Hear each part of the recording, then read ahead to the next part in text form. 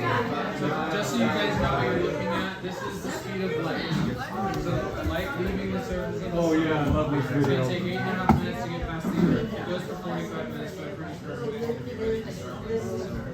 Just looking at the speed of light right now. You're moving at the speed of light. This is what it would look like.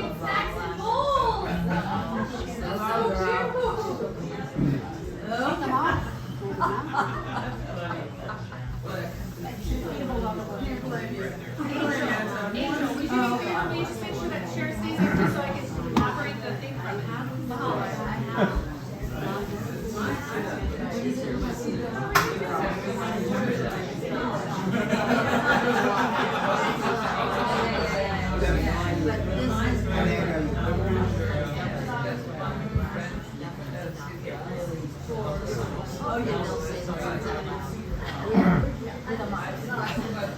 Jeffrey, do you see the movie Sunshine? Check it out sometime. Get him off topic. The actor who played Oppenheimer is in that along with some other ones. So. Not for another discussion. For another discussion. Yeah. Well, I mean, it's sort of a quiet.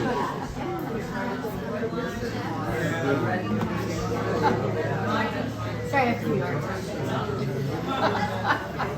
Sharon?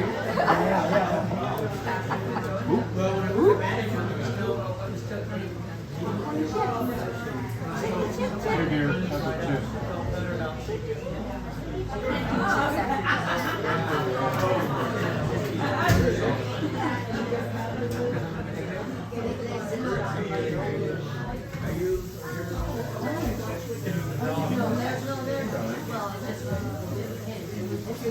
This whole thing, speed of light, they're still haven't passed Mercury. No, it's So Mercury is still 52 seconds away. okay. Now I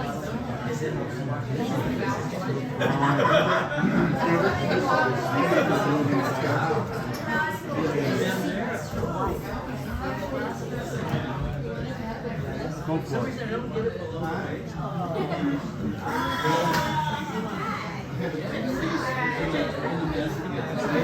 You're the boss. got a seat right here.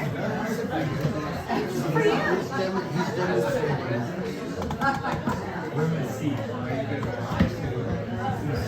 They have popcorn and everything? She says, Deborah, 5 seconds. Watch for it. 2, 1, 0.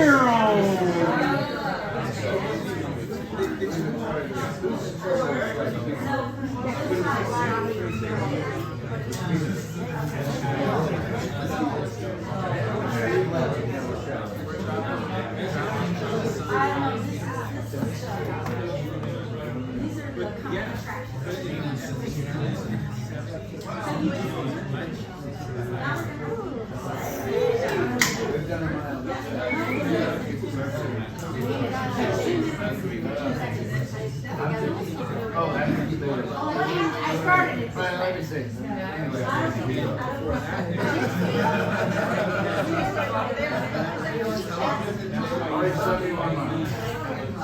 Yeah, Deborah and Jake.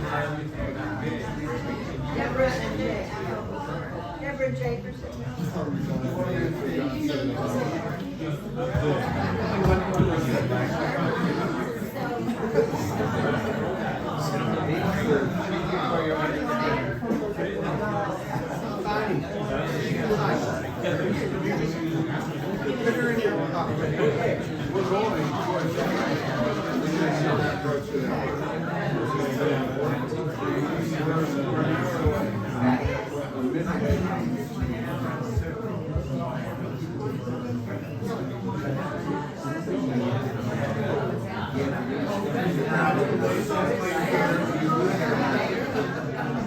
Think about it.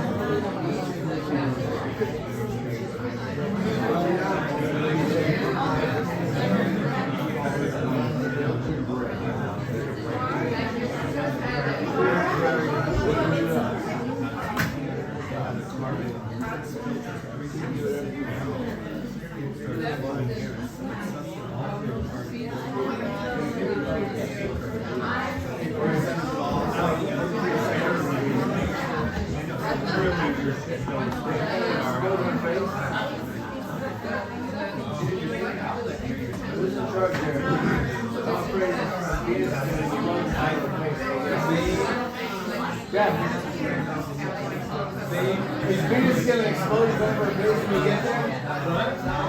We have 20 seconds to be there. We'll explode our base.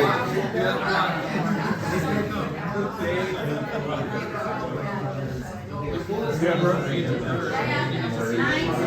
Got 9, 7, 5, 4, 3,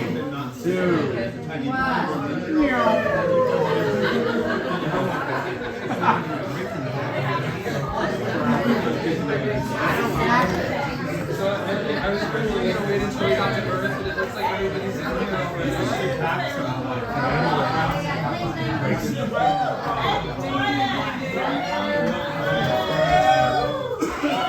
So first off, do we need a microphone? Can you guys hear me okay? Yeah. Okay? Yeah. I think that will be okay. Yeah? Well, I was originally going to wait until we got to, did you guys want to wait until we get to Earth? Well, you can talk. Okay. Yeah, he got it. Let's wait. Jeffrey, So, how fast are we going? if we're going at the speed of light, Yeah, it was a cool video. the surface of the sun, which there's actually a really interesting thing to this. So the photon that's coming from the surface of the sun takes 8.5 minutes to get here.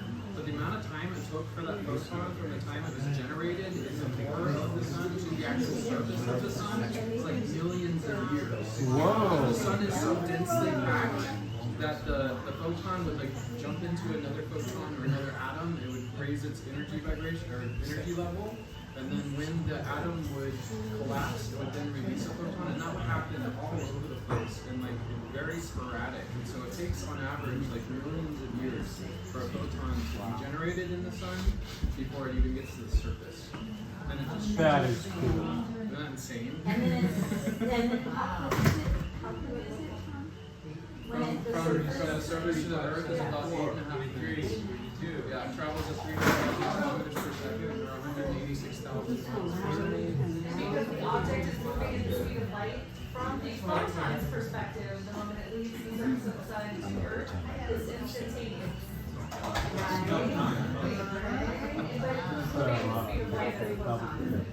No, it's pretty cool. 10, 8, 7, 6, 5, 4, 3, 2, 1.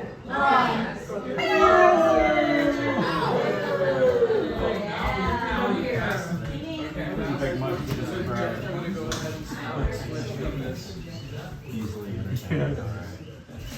It's a great video. So, tonight, how many of you guys were here 5 years ago when we hosted this at Don's house? We Yes, talked about yes. exoplanets. Okay.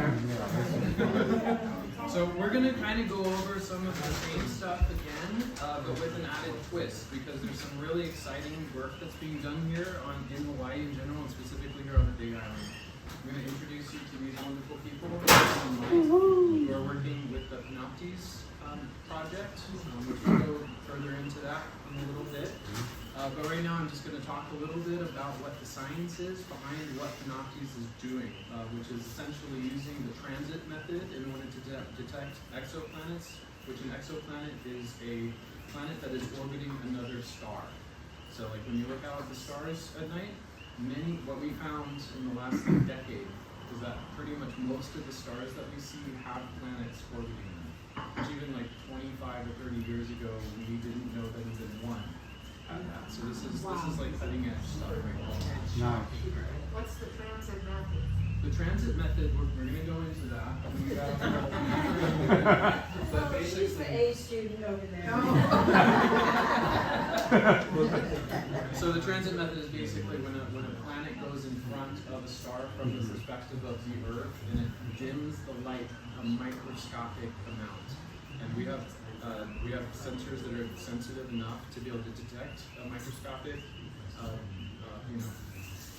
dip in the intensity of the light to the point that we can actually measure that. We can find so much about the exoplanet from that information, and we're going to go a little bit deeper into that.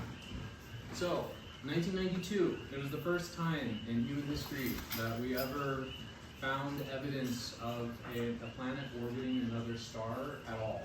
That was a pulsar, and so they were using radio frequencies, not necessarily photon, or not using visible light to do this.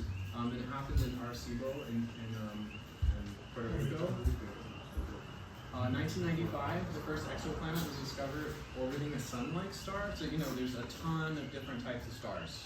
So the sun is a star that is, their main sequence. So there's different types of stars. I'm sure you've heard of like red giants, blue giants. Like our sun is, I believe, a yellow dwarf. What? Yeah, it's officially like a yellow dwarf.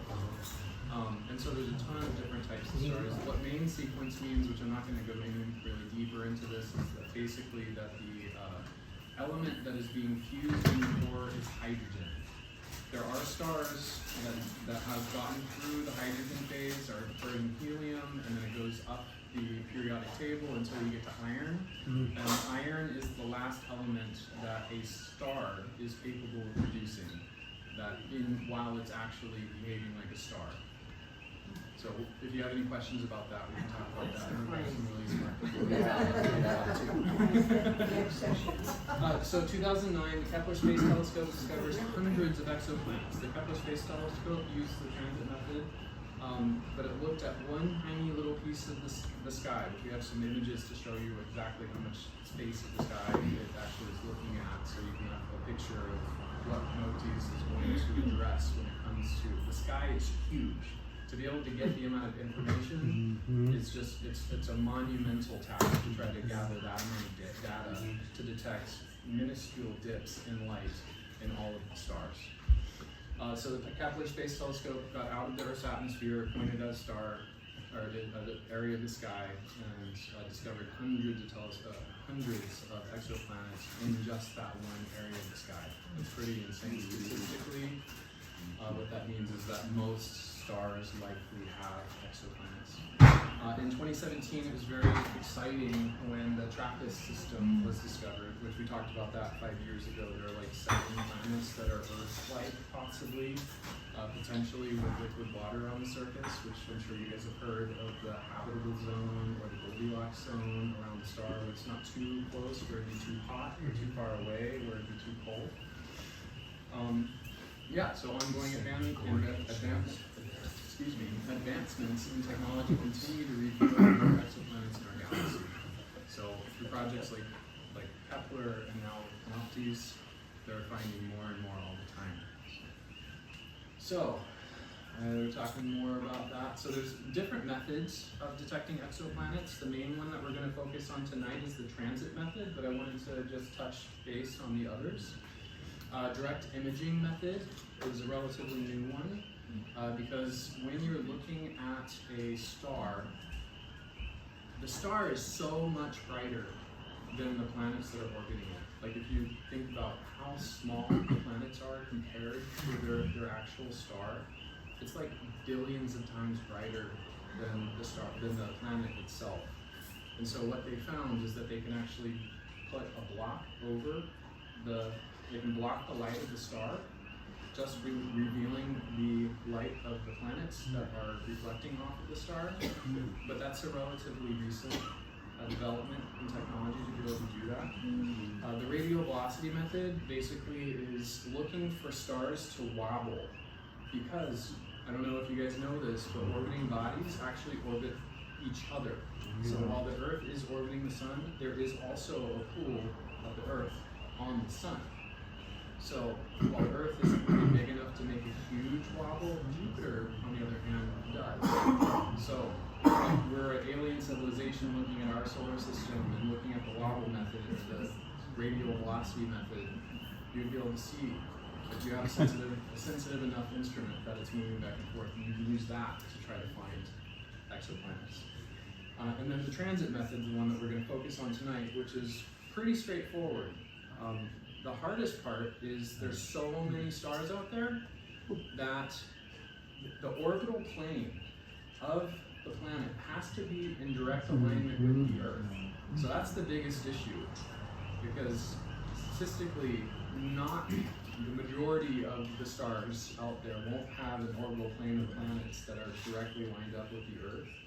But with the amount that we found, that adds to the statistical likelihood that almost every star, if not every star, has planets orbiting it. The other methods are microlensing and astrometry. Microlensing is just using the theory of relativity to find bends in space-time, and you can use that to determine. I don't know that one as well. I just know the generals about it. Astrometry is more like using the placement of the star in the sky in reference to other stars to see if it's moving. That's correct, right?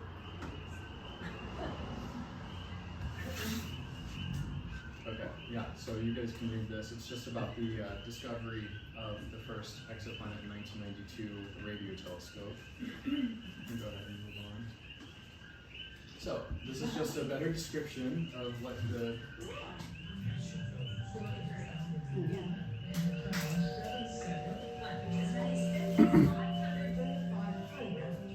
They're pretty sure that they're wrong. Every one of them could have lived in water. Scientists following the discovery, quote, very exciting stuff. Very excited. I am very excited. I'm excited. Also excited.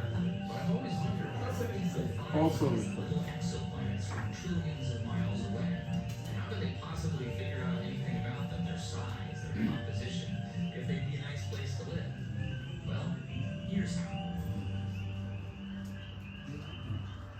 It's possible to study some things in space by just taking pictures. But that works best for really close things or really big things. Seeing a planet around a star is much, much harder. The problem with exoplanets is they're right next to a big, bright, massive star, and that star overwhelms the planet. When we point our most powerful telescopes at stars that are similar to our sun, we get images like this. These pixels are capturing the glare of starlight, but the star is actually much smaller, and any planets would be smaller still.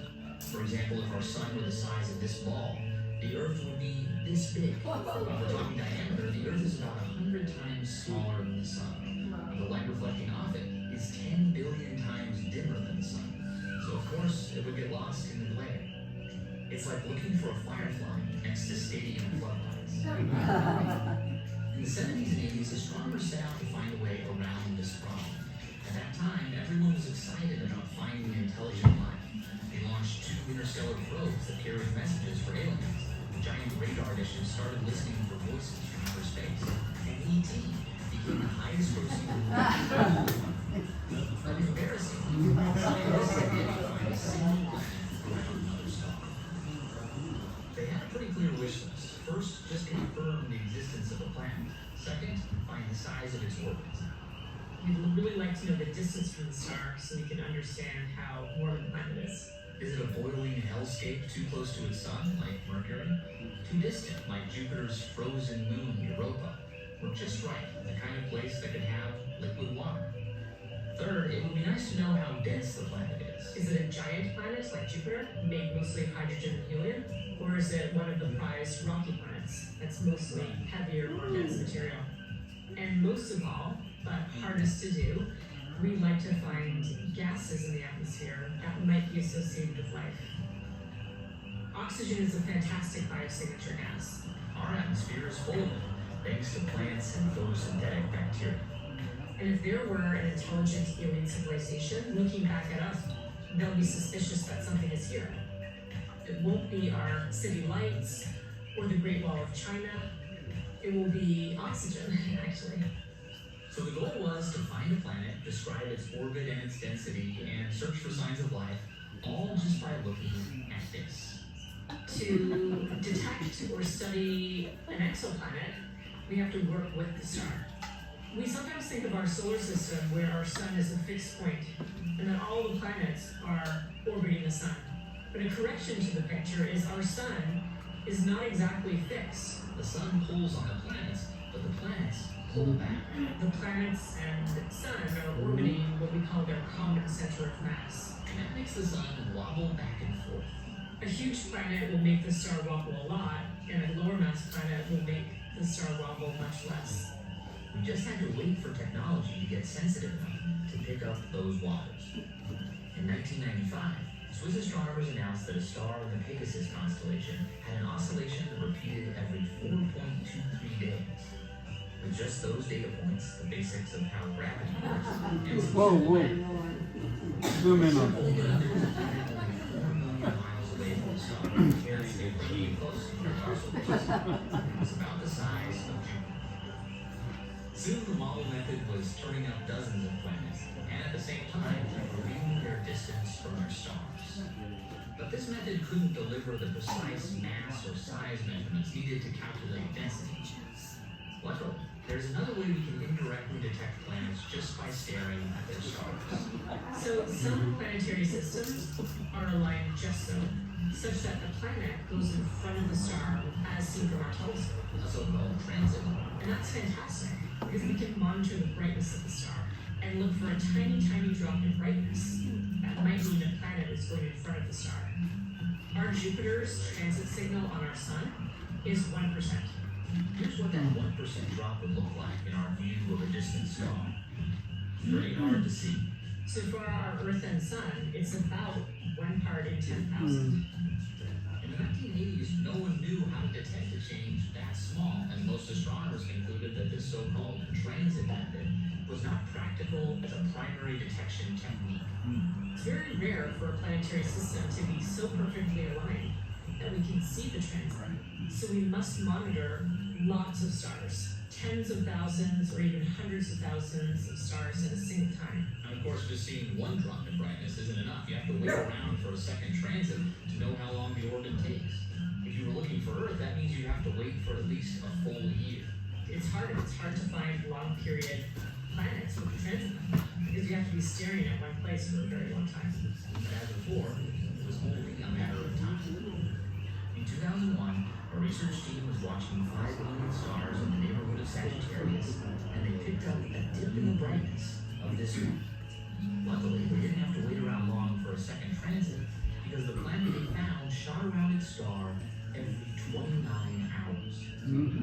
The telescope they used was on the ground, which meant it had to peer through Earth's turbulent atmosphere. Not exactly ideal, but the Kepler Space Telescope, launched in 2009, was literally above the planet. It watched one patch of sky for years and found thousands of planets. Not only was this a good detection technique, it could also be used to figure out the precise mass of the planet, and its size too. The bigger the planet, the bigger the drop in brightness.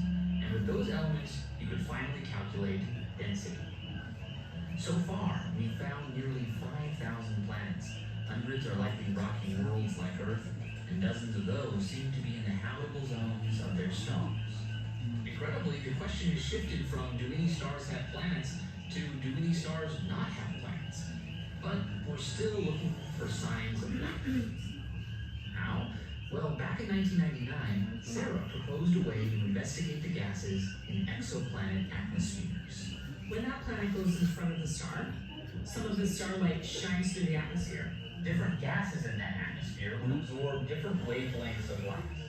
For example, a simple molecule like hydrogen gas absorbs these bands. Other compounds have more complex signatures. Sarah's idea was to look for those tiny signals once the starlight reached Earth. But not everybody was on board. So one place I applied for a job, a professor sat across from me and literally said, I just don't think we're going to have very many transiting planets. They didn't think we'd be able to study atmospheres. They didn't think the field was going to go anywhere. At least one team ran with the idea to use the Hubble Space Telescope and succeeded in observing the first exoplanet atmosphere.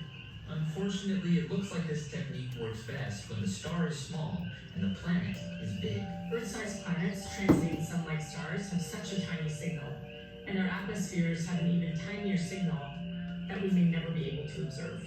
It's like the skin of an onion on an onion. We need to move beyond transits to a different technique. We call this technique direct imaging. Okay, I know we started down this whole wobble and transit path because taking a picture of an exoplanet seemed impossible. But look at this. This is a real time lapse of planets orbiting a star. The tool is to block out the star's overwhelming glare. The device called Astronomy.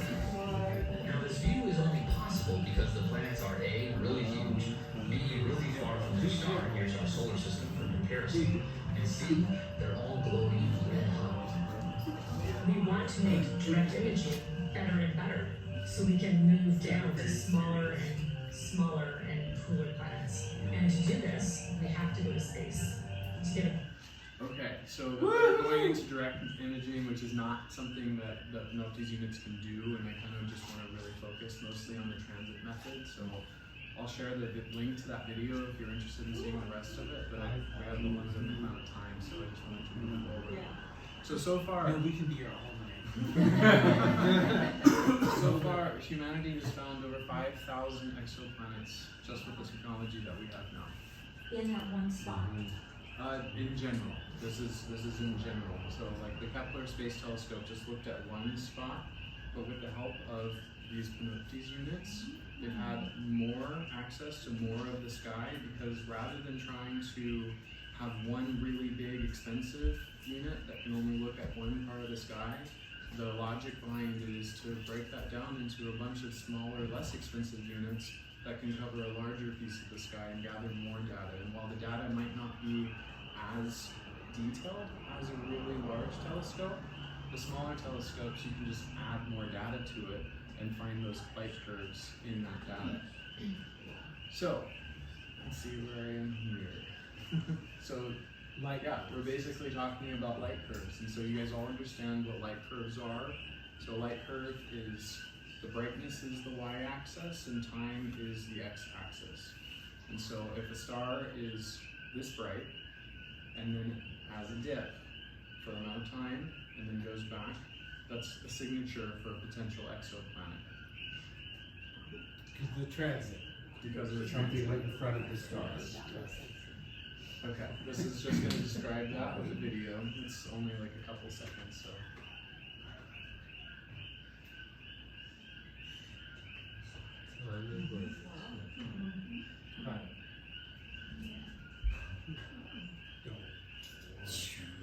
Okay, so that's a signature of an exoplanet. Like a drum beat. Yeah, exactly. But using brightness instead of sound. Right. Exactly. Hello. Love it. 7, 8. Let's go. Okay, so at this point, I'm going to introduce you guys to Mike and Annie, and they're going to go into more detail about PANOPTES, what it is, what the technology is, and yeah.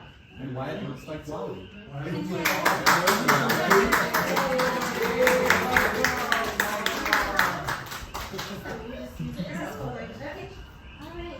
so good evening everyone. Hello. And this is a great group. So I'm Annie and I'm with STEM Inspire Hawaii. So together with Mike and our friends here tonight that are joining us as well. So what we do at STEM Inspire Hawaii is that we take real science and high-end science, high-impact science that pack a punch that NASA would do, and the European Space Agency would do, and we compact it in a way that it is given to local communities and to kids to make it their science and to be exactly on par with Kepler and Gaia in tests up in space with the satellites. So our flagship project currently is Project PANOPTES.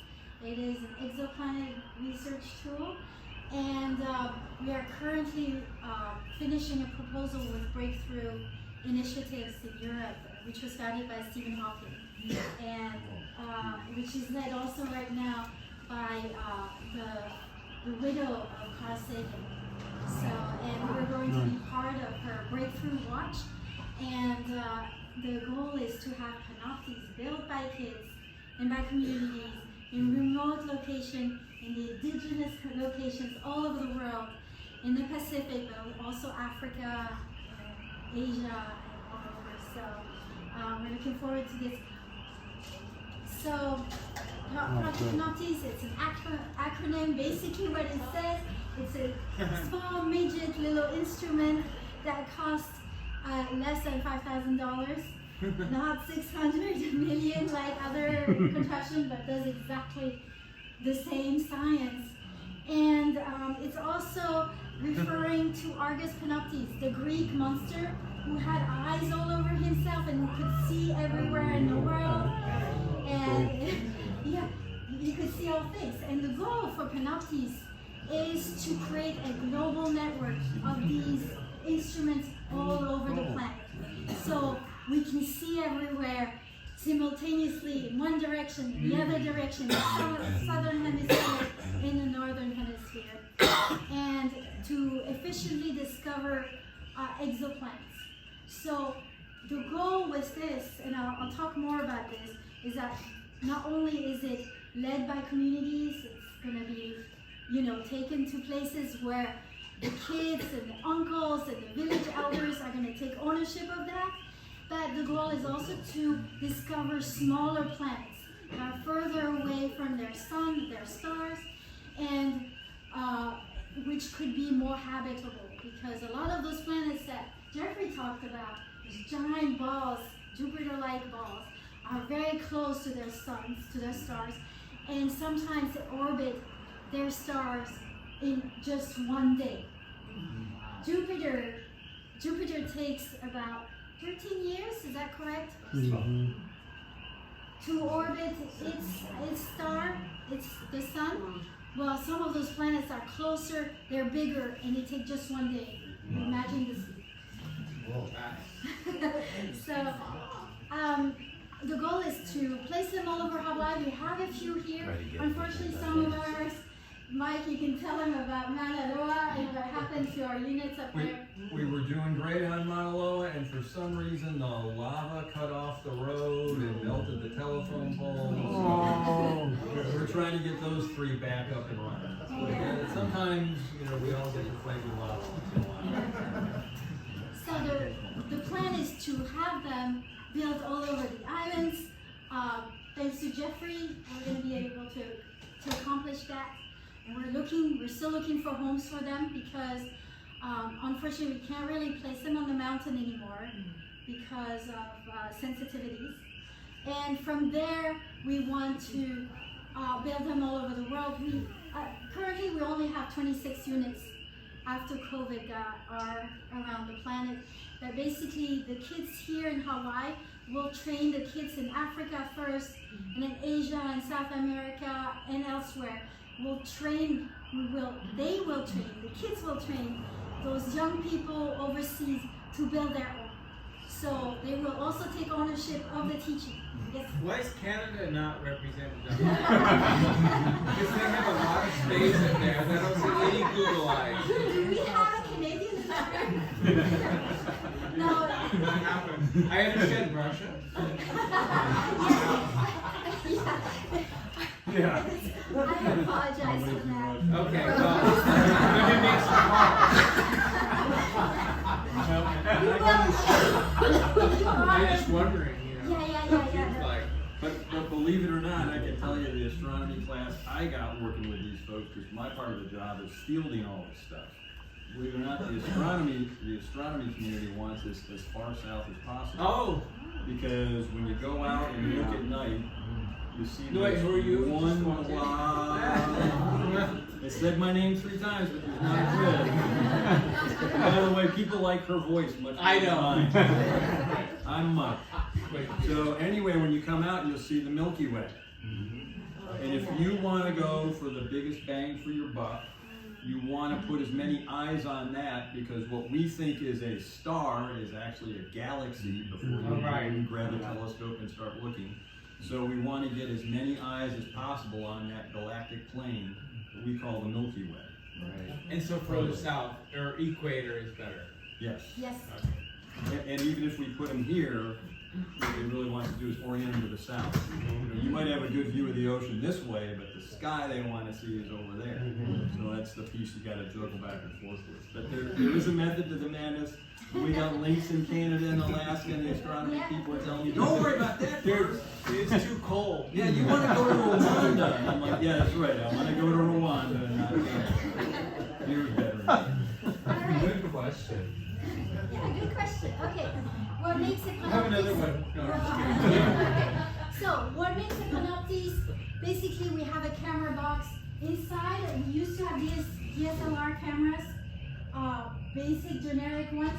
We're moving. I'll talk about that in a second. Okay, we're moving to a more sophisticated camera that actually costs less and is amazingly sensitive. We went and did some tests on Mauna Kea, and we're blown away by what it can do. Then we have a mount, a telescope mount that can move the head in the direction you want it to move to.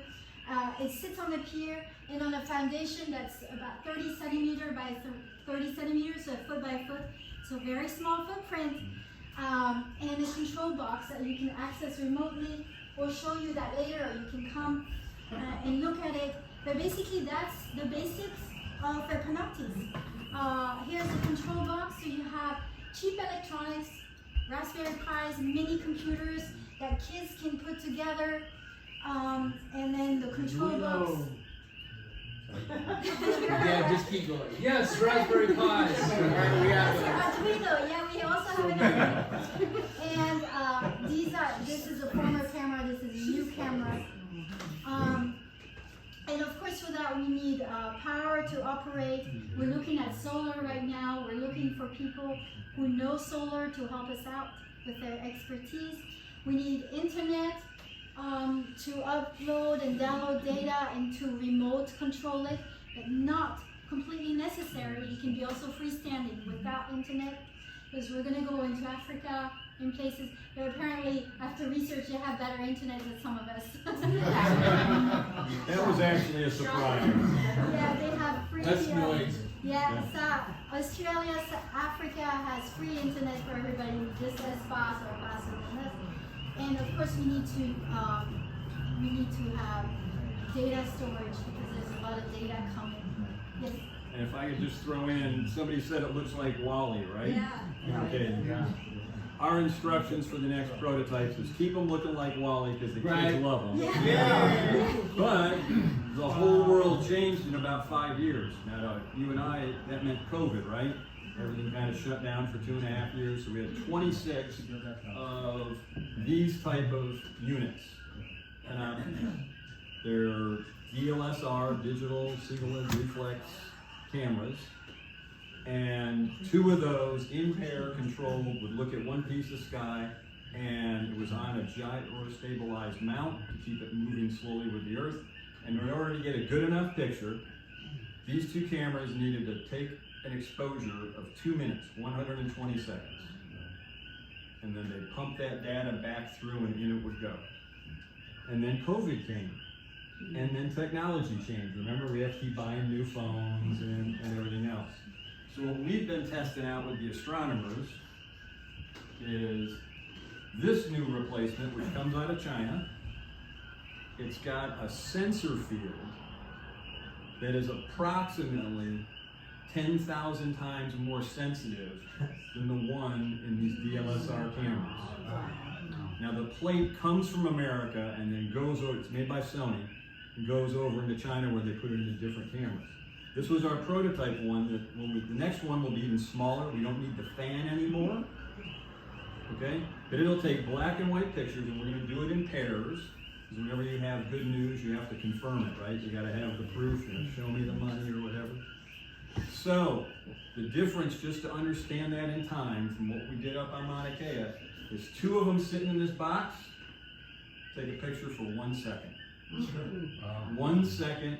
And it is at least 100 times more detailed than what these did in 2 minutes, with a wider field of view and incredible levels of detail.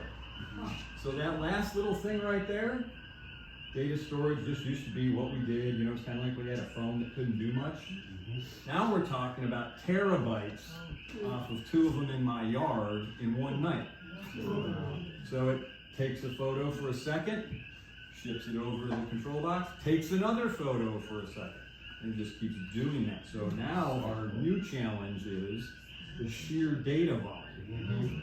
So what we'll be doing for the next couple of months is prototyping these new cameras into this and making the instructions so all those school kids, in universities can construct them.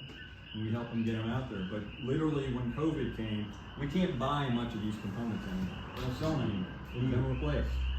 And we got to catch up, but in the process, our astronomers are licking their chops because these things are amazingly more powerful. And these are going to be our scouts, because if we try to use it on Mauna Kea, you've got all of them to do it one night. You're going to get 11 places looked at.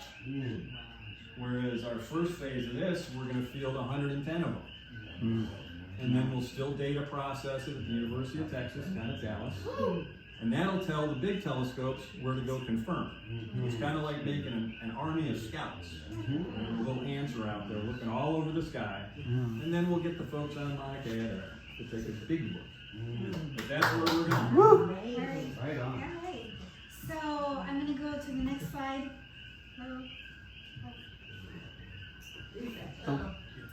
Is it frozen? Yeah, it's frozen. My phone is sad. It's had a long day. Yes, it's tired. Work. Okay, great. We're going to use my computer now. So, One of those arrows, yeah. here you go. Just tell me when you're ready. Okay, all right.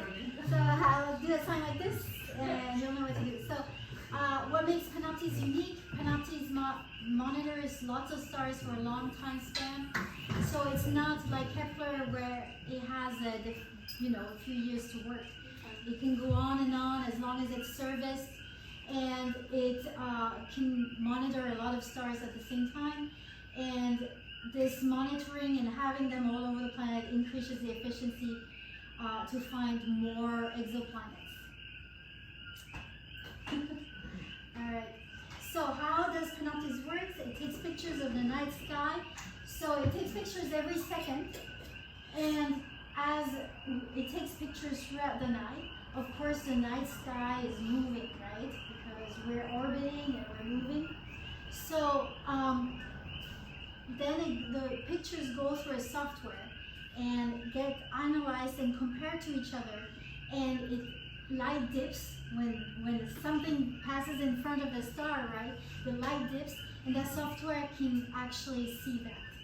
And when we notice this, we go back over it a few times and see if there is a possible transit, and then we collaborate with other agencies to actually confirm the finding, right? Because we go by the scientific method.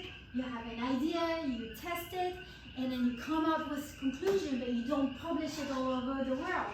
First, you ask your peers, people are going to critique, make sure that you did it right, and that your organization was fail-proof, and then only science can be confirmed. So we're going to go to the next one. So we confirm with mostly tests, but in the future we will also do a lot with the Webb telescope, and Kepler, Spitzer, Hubble, and Gaia from the European Agency, and other big, large telescopes. And they point their eyes on the possible transit, and then they find out if we did it right or not, if there is a transit.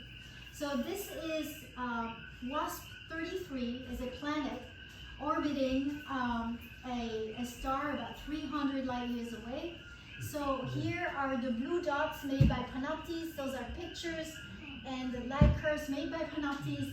And then TESS went back and confirmed the light curve by pointing its eyes on it. So we can continue. Just an example of an exoplanet. This is a planet twice the size of Jupiter.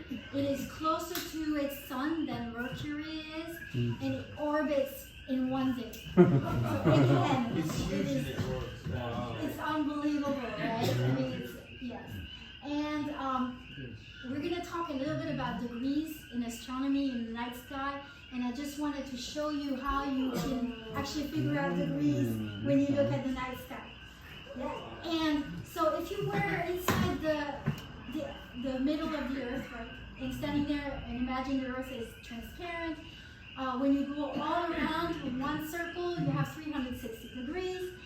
So here we're going to talk about 15 degrees because that's how wide our pitches are. So if you stretch out your arm in front of you and do a semi-medium-sized shaka, you have 15 degrees. And if you have a fist, a small fist, it's probably about 10 degrees, depending on whether you're a female or male. Because I noticed my nostrils are very much small. So we can move to the next slide. This is an example of an image that we took about 6 weeks ago with one of those cameras. So it has a very big field of view. This is inside of Orion, the Orion constellation. Those two stars are here, so you can see the sensitivity of the camera. For astronomers, we go up to 17.3 magnitude. So let's move to the next slide. So what are other instruments currently doing exoplanet search on this planet for humanity? So we have Kepler. We talked about Kepler earlier. And Kepler is no longer operational. It worked for 9 years. And it had a very restricted field of view and found a lot of planets. Most of the planets found by the Keplers are, again, giant balls of gas. And this is to show you the field of view of Kepler. It's this big. And those other field of views, whether any other colors, are PANOPTES field of views around the planet. PANOPTES units that are around it. So you can see the difference right here. Right now we have TESS. It's a satellite that was launched by NASA. It observes a large portion of the sky for 27 days and moves to another after that. But it can only scan for planets that go very fast around their sun again here. And it costs about 200 million. And then we have the Gaia from the European Space Agency, but it does not the transit, it does a wobble effect. But they have also confirmed some of our findings, and we have helped them also back and forth. So, and they will only find giant planets again. So are they competition? No, not really. We help one another confirm our findings. Again, that picture right here, all those people, we all work together. But it's to show you that PANOPTES is competitive. It can do a heck of a lot. So the other great thing is that PANOPTES are not built by NASA engineers inside closed doors, far away, down in Houston. They are built by kids, starting middle school, high school, and college students. And this is a picture of high school students who actually confirmed and observed the transit of WASP 33 that you saw earlier. Nice, so cool. Yeah, this is on top of the roof at Caltech. And now, you put in those pictures. So my uncle Joe, which some of you guys met last year when he was here, is part of this team. And he went to Bhutan a couple of months ago, and he's part of the team that's introducing astronomy to the country of Bhutan. And they're doing it through PANOPTES. And so it was actually him that reached out to me about a month and a half ago asking if we wanted to host a unit at our farm on Maui. But then I got deeply interested in it, and then I was like, okay, it's time to do another astronomy night, which is really cool. So last month in January, Ann and I were with Joe in the middle right there. And when we were on the roof of Caltech, it had been raining and it was cold. And he goes, oh yeah, I got a relative in Hawaii you probably need to meet. We've been working with Joe and flew to California to find out, what's going wrong with units and how to fix it. He's like, yeah, there's this guy, my nephew. So that's how we found Jeff. So my daughter, who's a young adult, went with Joe to Bhutan for a month, and they both got a lifetime visa to go back and teach at the. Oh, nice. And it's very hard to get, so it was really fun to see. And they said Joe his uncle. He never stops and It runs in the family. But literally what they did was they went over and taught them how to build two of these and how to set them up. And when they started, the kids didn't know how to use laptops. And now they just had their winter break. School break in Bhutan is whenever it's too cold to go to school. So they're going to come back maybe next month when it warms up. But they were able to use laptops through the control box to observe at night from their homes around Bhutan, which is like unheard of to them. Build two of what?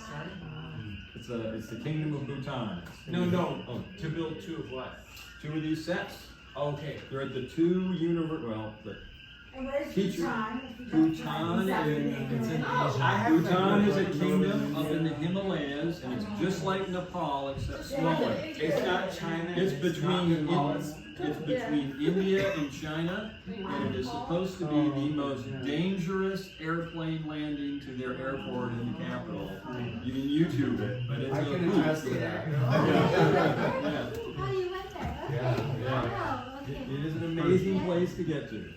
So here's Joe's unit, another of Joe's unit, which is going on Mount Wilson.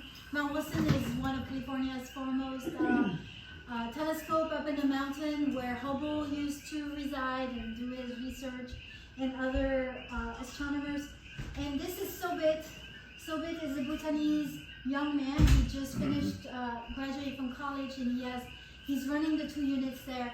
And he's interested in working in Switzerland, where we are starting a program as well there. And the two countries have a collaboration going on, so he's contacted us to be able to lead that project. So that was the goal, to go to indigenous, faraway places and to place science in their hands because they're smarter than us. And then lead the projects from where they are to other places. This is Olivier. He is the founder of this project. He created the PANOPTES project years ago. And these are college students from Bhutan at Samsit College. And Olivia is based in Hilo, right? Yeah, Yeah. Olivier is based at Subarutai. Yeah, correct. So why is this so significant? Well, you know the big telescopes, and those are great. But when you take science and place it in the hands of people, they take ownership of it, and they make it their own, and there's pride involved, and there's teaching involved. And especially when you go in the Pacific or Africa, the educational system is different. You have aunts and uncles participate in the child's education. And so this follows a lot in the way that other cultures do education. You don't separate the child from the family. The family, the grandpa, the village elder becomes part of the project. So this is a great way to put power into the hands of the children and the communities. There's no giant telescope. We can almost do exactly the same thing, and the carbon footprint is very low on that. And kids here don't have to choose between, if they're Native Hawaiian, they don't have to choose between putting a telescope in their sacred place where their akula, their gods reside.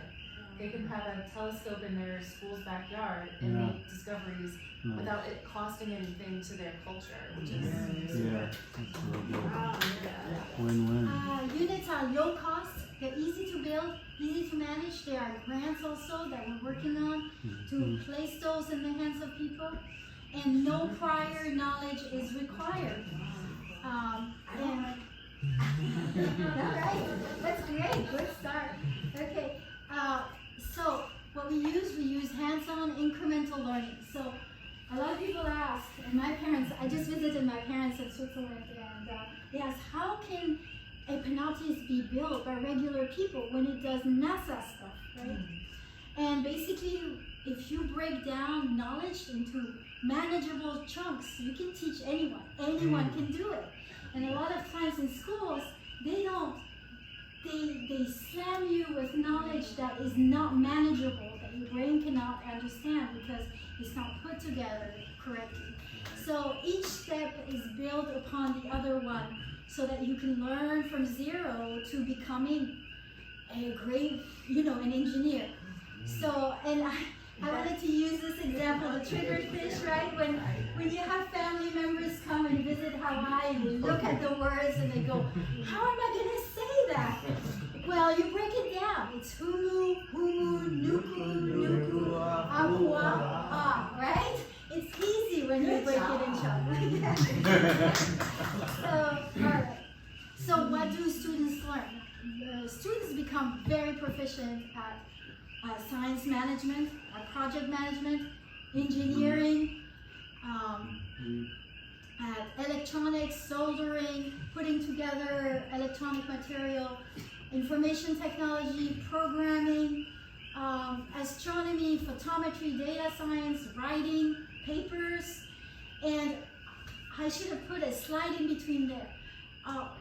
We have had, in the past, we had artists, and we went to LA, and one of Joe's students is Greece, and she is an amazing artist and has created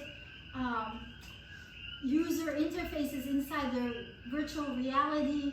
She uses art to promote PANOPTES, and you can do so much with that, right? You can do astrophotography, you can publish, you can do social media, graphics. I mean, you would know that the sky is not the limit, right? Okay, so, and ultimately, students learn to collaborate because it's a network, and the network does not know borders or politics, and cultural differences and languages. You have to reach out to be able to do this project. So it builds international relations, it builds bridges, it transcends oceans, distances, and borders. You have to learn to look outside the box if you're in a project like that. And you have to look at people anywhere in the world, any culture, religion, beliefs. And so, I love this graphic. And the founder, Olivier, said, no, keep it. Because my kids thought, you're going a bit too far with this. They're college kids.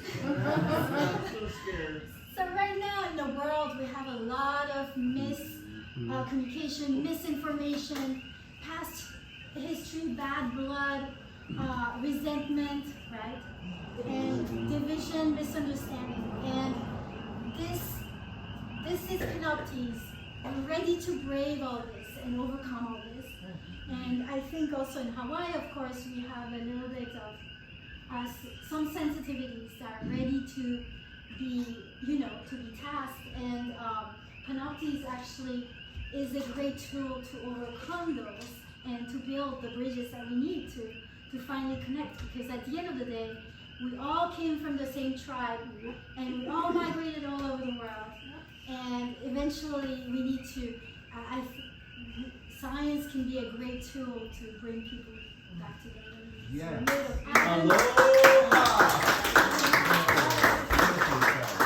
So the goal again is to build a whole bunch of PANOPTES all over the planet, have them be built by kids. We have, Mike mentioned earlier, we're going to be prototyping for the next year. Well, the kids are mostly going to be prototyping and already drawing schematics to see how we can fit this new camera and make the whole unit better. They're going to teach kids in Africa. We're going to have camps in Guam, in Africa, and places like that. And it's going to go from here, teaching others and taking ownership. So basically, yeah, I guess that's the end of our presentation. Any questions? Great job.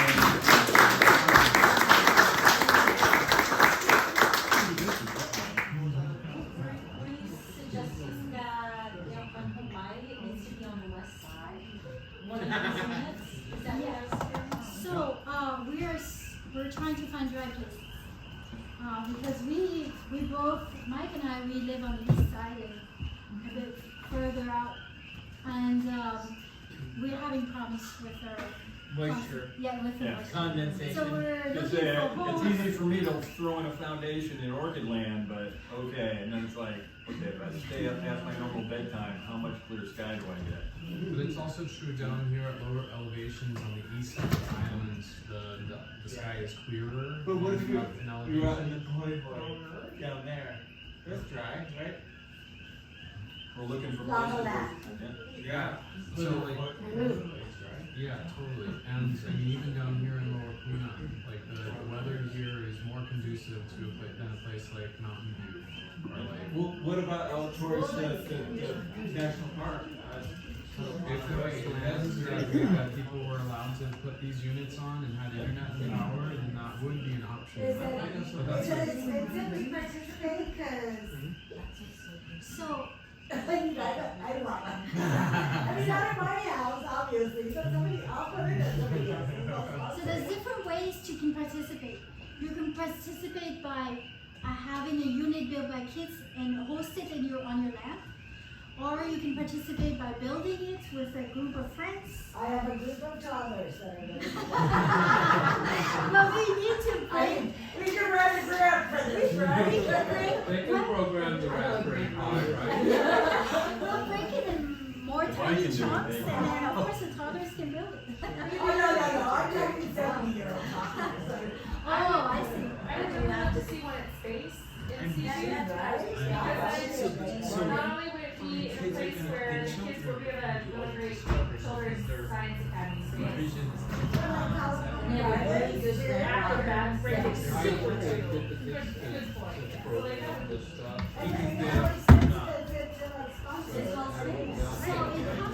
The hardware itself, write it out now. It's expired. Oh no! My point. With the new ZWO cameras, it'll probably be about 6,000. Once we get into bulk production, then the cost will come down because we'll be able to order 100 mounts and get a discount on them and stuff. That's the first year of prototyping. Yeah. It'd be And about did you 6,000. get a grant to do So that? eventually, so right now we're working on a proposal that will pay for all I this. have a grant writer. Not me, but I know. And also we are working on an NSF. So we've been accepted to propose. We pitched the NSF and we're inside the NSF right now, writing our proposal to do just that, to help people build their units. So it will take a few months still. NSF is the National Science Foundation. If you guys remember my friend Luca, he used to work for Keck. He now works for the National Science Foundation. Nice. Yeah. Where is he now? He lives in Washington, D.C.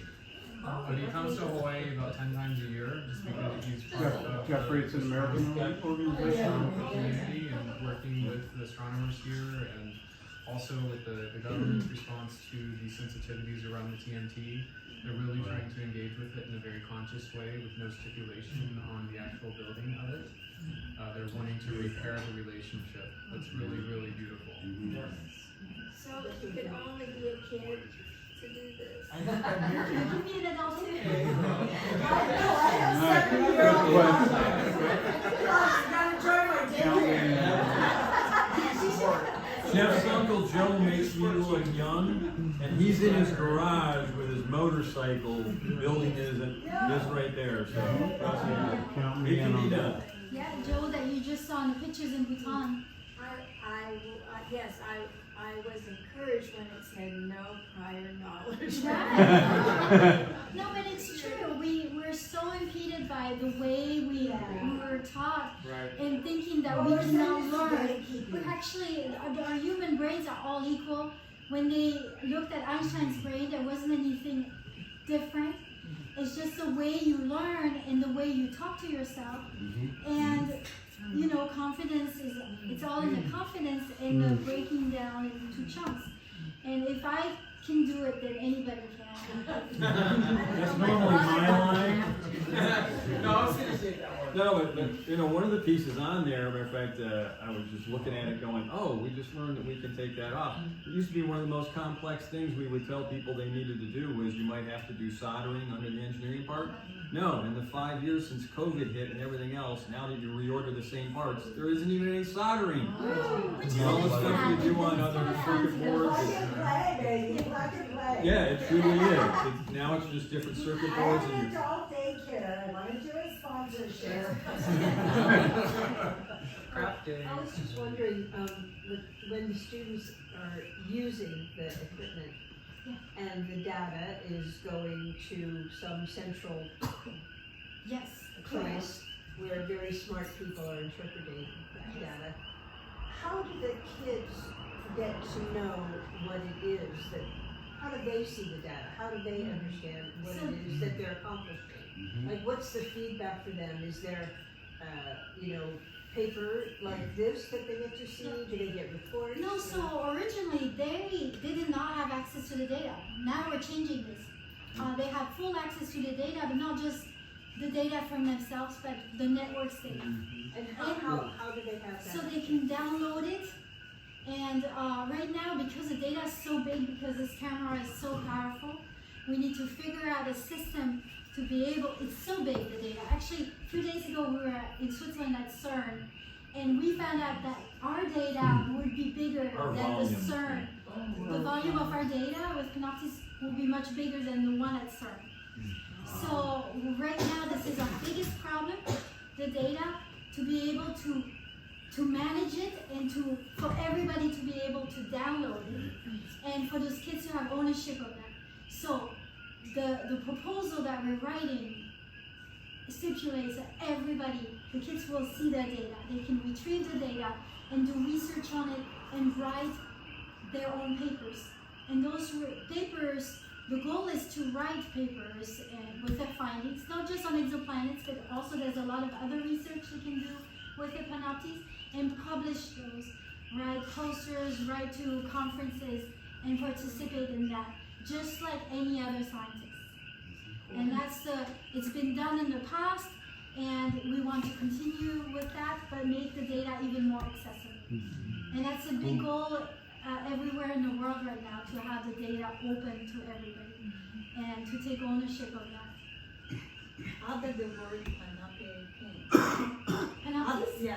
So PANOPTES is an acronym for saying that it's an observation tool that looks for exoplanet research and so forth.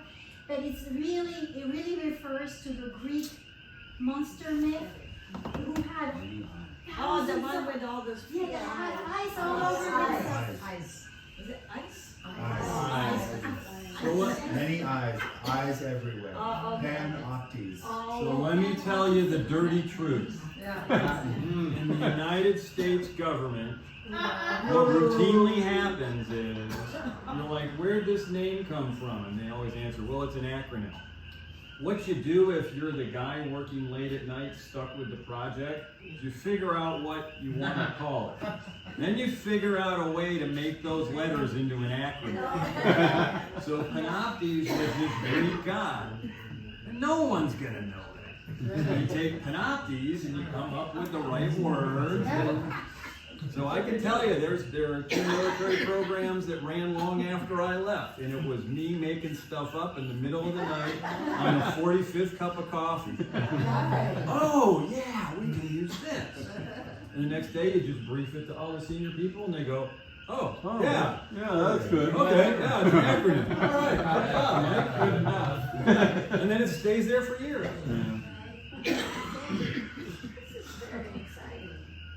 Yeah, isn't it? I got so excited about it when I started learning about it. What about the young people? Oh, We didn't have a competition for that school? Yeah, We have a daycare that Nobody's goes under 50. So They might be. I doubt her. She's younger than me. She's younger than me. Annie, yes, Annie. We should talk. Are you presidential?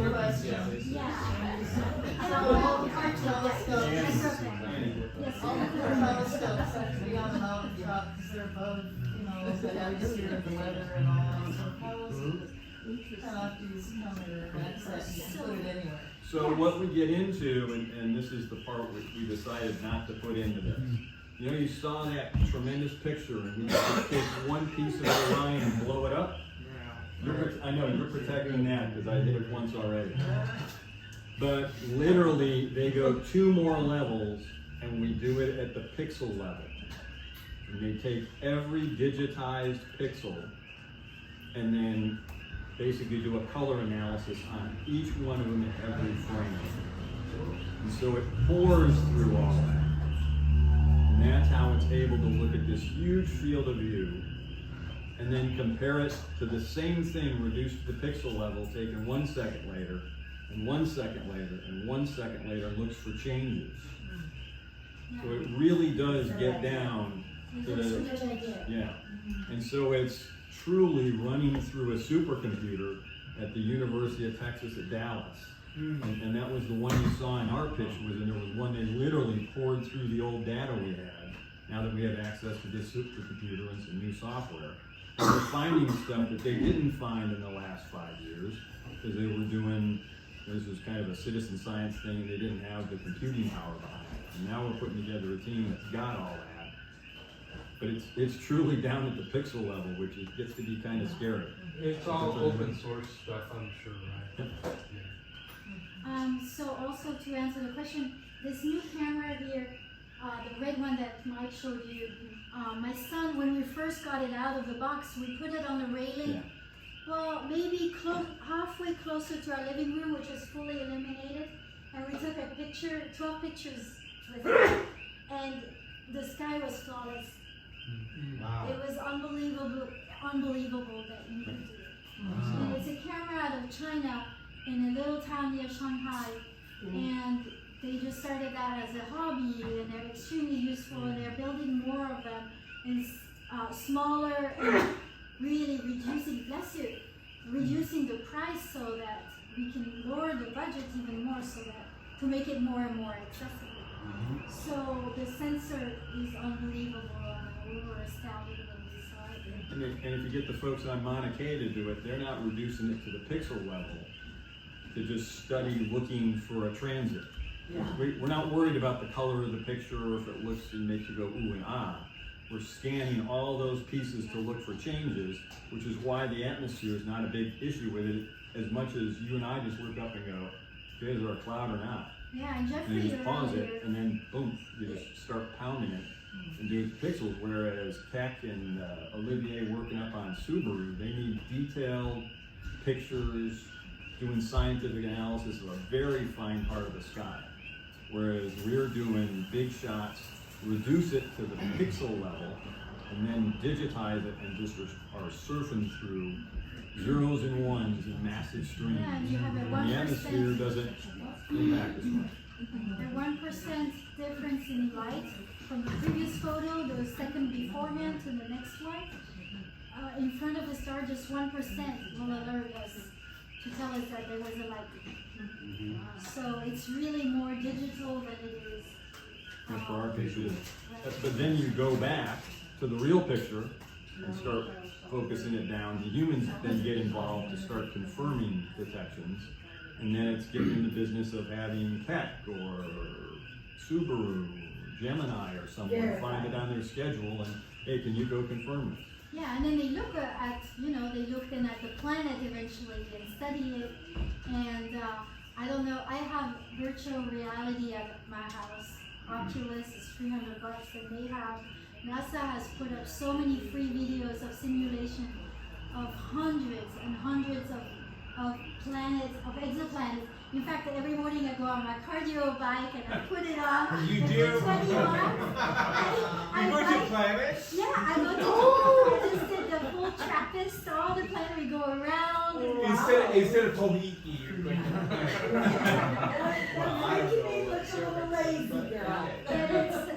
it's fun because now then it's for them to study the individual planet, what kind of atmosphere it has, gravity, and so forth. And so we just do the discovery. We don't do that part, but discovering is great. Annie, what would you say to anybody in this room that might be interested in potentially hosting a site? So I would say get in touch with Jeffrey. And what is the age? Jeffrey, what is the age bracket? Everyone. Really? What does everyone mean? Like 6 months? What? What's the minimum age bracket? The minimum age? Yeah. 6? I would say that somebody would probably want to be able to read. Okay, so the max. So the common thing would be middle school, but there's always siblings hanging around that will do just as well. And why are the younger minds more? Why is that good? Younger minds. From a teaching perspective, and that's why we call it the company STEM Inspire Hawaii, is because I can go up to a high school and it's not just the astronomy teacher that's interested, it's the engineering teacher, because they got to build the thing, and the computer science teacher, because they've got to not just program the Raspberry Pi and the Arduino, but then you're on the laptop giving the instructions to the unit in a totally different language. It's our PANOPTES control language. You've got to know how to do coding. So all these different parts work together. And if I didn't understand any of that, but go ahead. No, but the point is, if you've got a shop class, then guess who's got to put together the foundation, the pier, then mount the mounts, then you got to do polar alignment, so the astronomy folks trying to get involved.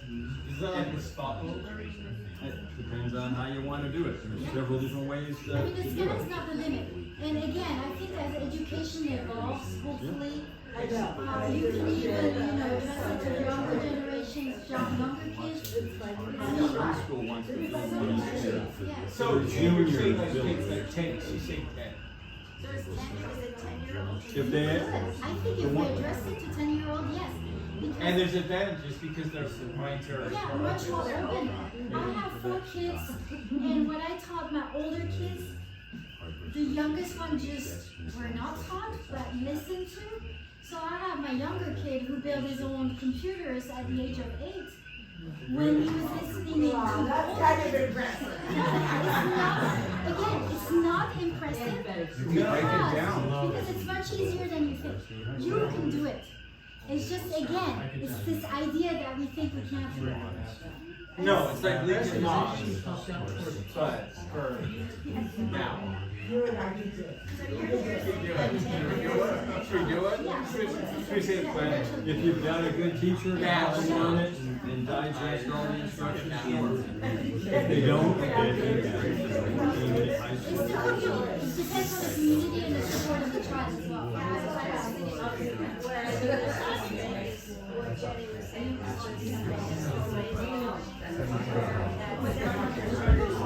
All right. Thank you guys so much. All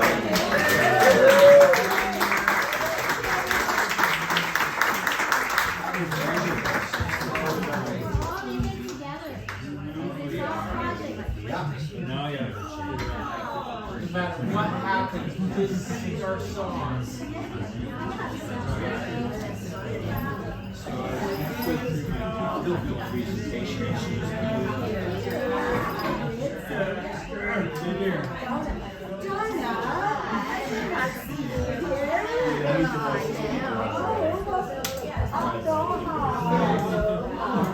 I'll see you here. We'll be back. I'm only here till Thursday. I know, we'll be back. Well, I'll come back. We'll see. I still don't understand how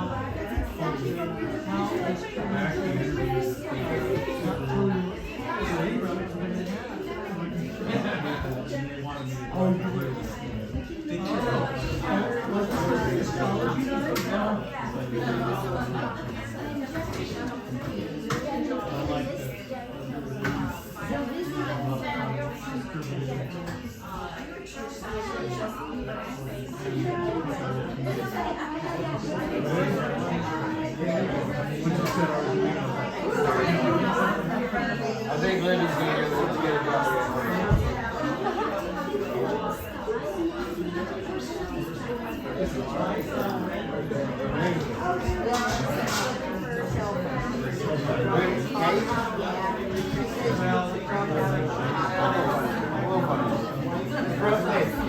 The ground's not that big. We'll find it.